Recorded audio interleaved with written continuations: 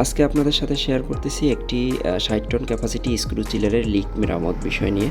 তো এই দেখতে পাচ্ছেন ফ্লাঙ্কস খোলা হচ্ছে এবং এপাশের ফ্লাঙ্কসটি খোলা হয়ে গেছে।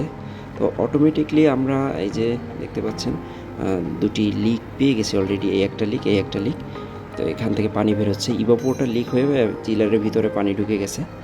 তো এই লিক মেরামত করে পুনরায় চালু করার প্রস্তুতি নিচ্ছি আমরা। টিউব চেঞ্জ করে ফেলেছি অলরেডি।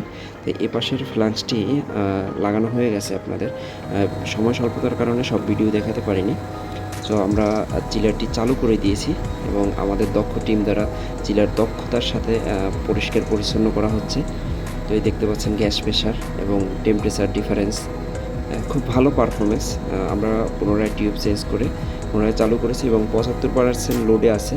তো ও ভালো ঠান্ডা করতেছে। এই হচ্ছে ইলেকট্রিক্যাল ডিভাইস এবং অটো কন্ট্রোলার যেটা বলে।